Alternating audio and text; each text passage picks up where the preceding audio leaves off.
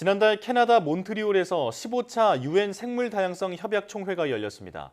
총회에서는 오는 2030년까지 전 세계 바다와 육지 30%를 보호구역으로 정하고 선진국과 기관들이 거액의 기금을 낸다는 등의 협약이 타결됐는데요. 오늘 날씨학 개론에서는 생물 다양성 협약 내용과 의의, 우리나라에 대한 영향 등을 자세히 살펴보겠습니다. KB더 반기성 센터장 나오셨습니다.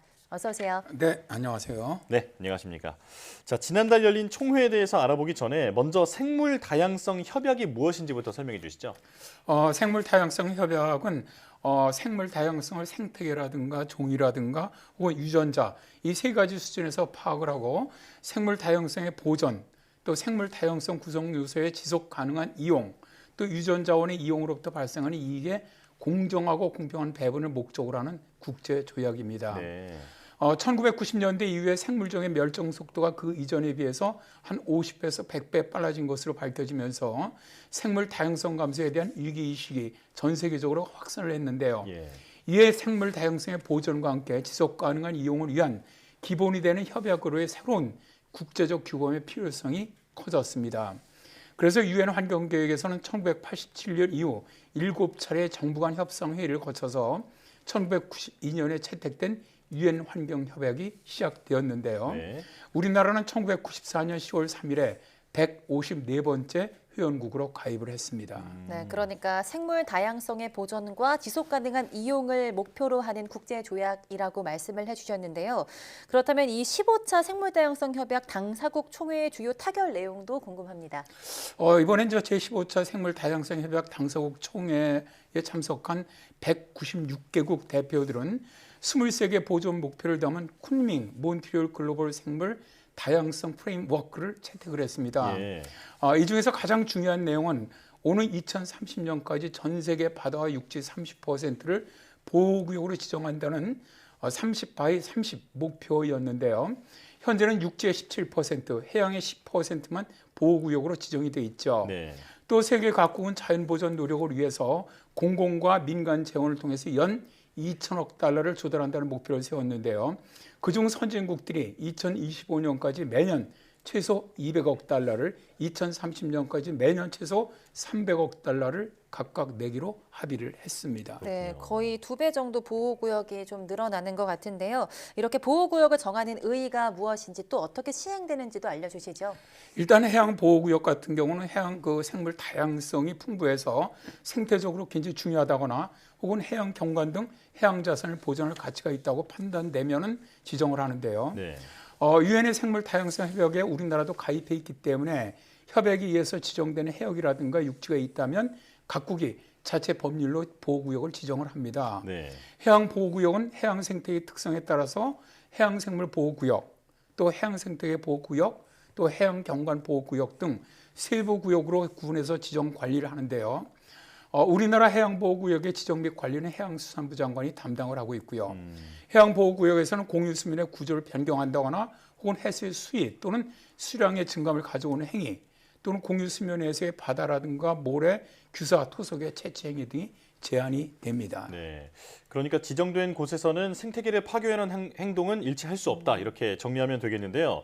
자, 앞서서 이번 총회에서 23개의 보전 목표가 세워졌다고 했는데 어떤 목표인지 설명해 주시죠.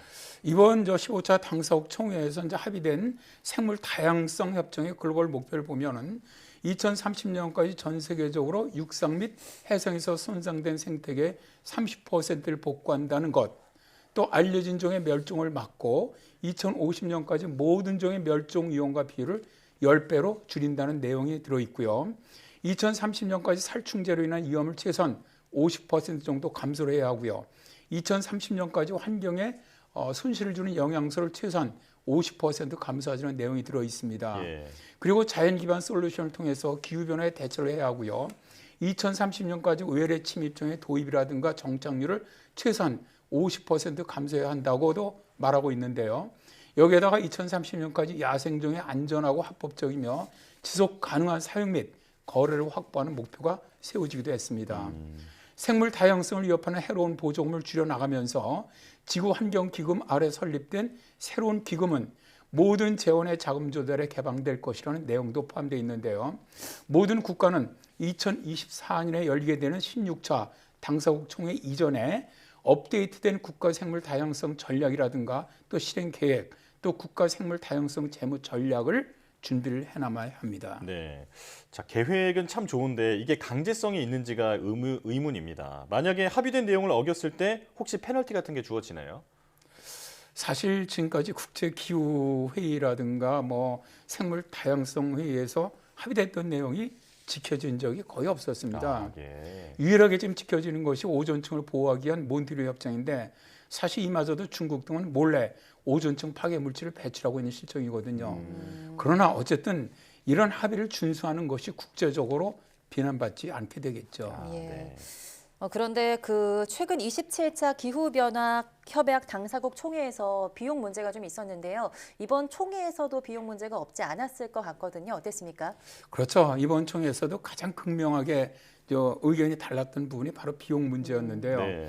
개도국들은 지구의 생물 다양성을 지키기 위해서는 2030년까지 선진국들의 매년 1천억 달러의 기금을 제공할 것을 요구를 했습니다. 그러나 현재 미국이 이 협약에 가입되지 않아 있거든요. 그래서 가장 많은 비용을 내야 하는 유럽연합이 개도국 간에 반대를 하고 나섰습니다. 유럽연합의 환경 담당 집행위원은 유럽연합에서 1천억 달러를 감당하는 것은 전혀 현실성이 없다. 지킬 수 없는 것을 약속해서는 안 된다고 밝히면서 이제 협상 과정에서 개도국 대표들이 집단 퇴장하기도 했었습니다. 유럽연합은 새로운 기금 마련 대신에 민간의 기부금이라든가 개발은행 자금 등 다른 재원 확보 방안으로 대체하자고 설득을 했고요. 결국 선진국들은 2025년까지 매년 200억 달러, 2030년까지 매년 300억 달러를 내놓는 것으로 합의가 된 것이죠. 그렇군요. 자, 앞으로도 합의를 위해서 조금 더 노력해야 할 것 같은데 이번 15차 총회에서 합의된 내용에 대해서는 어떤 평가가 나오고 있습니까?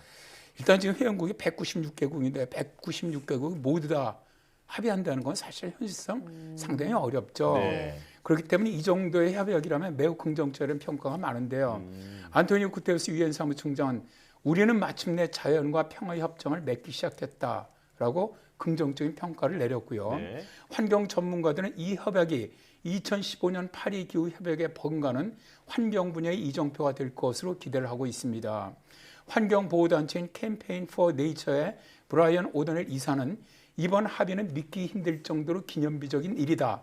지난 수백 년 동안 인간은 자연을 빠르게 무너뜨리는 경로를 밟아왔지만 전환점이 마련될 것이다라고 반겼는데요. 네. 다만 문제는 협약의 이행 여부입니다. 각국은 2010년에도 일본 아이치현에서 생물 다양성 목표를 정했는데 대부분 이행하는 데는 실패했거든요. 예. 이번 협약도 세계 각국이 얼마만큼 협력하느냐에 따라서 성패가 갈릴 것이라는 것이죠. 네, 각국의 노력이 좀 필요해 보이는 것 같습니다. 그렇다면 이번에 합의된 내용들은 우리나라에는 어떤 영향을 줄까요? 일단 생물 다양성 협약이 이제 우리나라 산업에 주는 긍정적인 영향이 있습니다. 자생 동식물 자원 보존이라든가 개발 등으로 지역 산업의 발전을 가져올 수 있다는 이점이 있고요. 예. 또 생물 자원을 이용한 제품 개발로 전통 기술의 지속적인 발전을 도모하고 새로운 시장을 개척할 수 있다는 점도 있습니다. 여기에 이제 관광이라든가 레저 산업의 발전도 꾀할 수가 있고요. 생명공학 원천 기술의 개발이라든가 생물 산업의 발전 등을 꾀할 수 있다는 이점도 있죠. 그러나 반대로 생물 다양성 협약은 생물 자원이 풍부하지 못하고 기술력도 떨어지는 우리나라 입장에서는 각국의 생물 자원 및 유전 자원 보호와 선진국의 기술 이전 기피 등으로 인한 생명공학 기술 발전에 어려움이 예상이 되고요.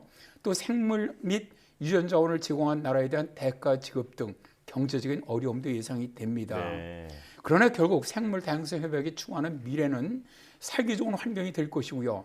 우리나라의 생명공학 기술력도 매우 성장할 것으로 봅니다.